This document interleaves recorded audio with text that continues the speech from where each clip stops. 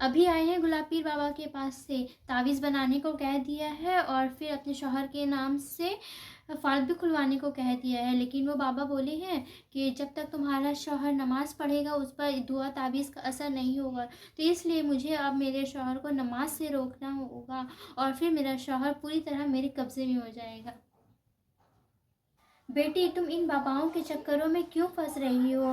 اگر وہ صحیح ہوتے تو تم کو یہ کہتے کہ اپنے شوہر کے لیے دعا کرو، اگر وہ صحیح ہوتے تو تم سے کہتے کہ اپنے شوہر کے ساتھ محبت سے پیش آؤ، اور پھر یہ کہتے، اور نہ کہ وہ تم سے اتنا زیادہ پیسہ مانگتے۔ اور یاد رکھو کہ جو بھی شخص تم کو نماز سے روکے، بھلائی سے روکے، وہ انسان تمہارے لیے کبھی کچھ صحیح اور کبھی کچھ بھلا نہیں کر سکتا۔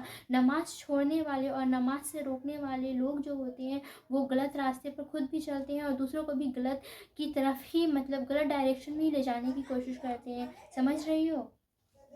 اور سنو، یہ شرک ہے اور شرک کرنے والے لوگ جہنمی ہوتے ہیں۔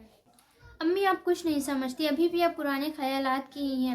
اگر وہ 2-4 ہزار لے کر کام ہمارا کر دیں گے، اگر گلے میں تعویذ لٹکا دیں گے تو کون سا حرض ہو جائے گا؟ اور آج کل نماز میں تو اللہ تعالیٰ دعائیں قبول کرتے ہی نہیں ہیں۔ آج کل نماز قرآن میں بہت زیادہ دیر لگتی ہے، اللہ تعالیٰ اپنے بندوں کی سنتے ہی نہیں ہیں، اور یہاں پر پیسے لے رہے ہیں تو کیا ہوا؟ گارنٹی دیتے ہیں کہ وہ کام ضرور کر دیں گے اور میرا شوہر میرے قبضے میں ہو جائے گا۔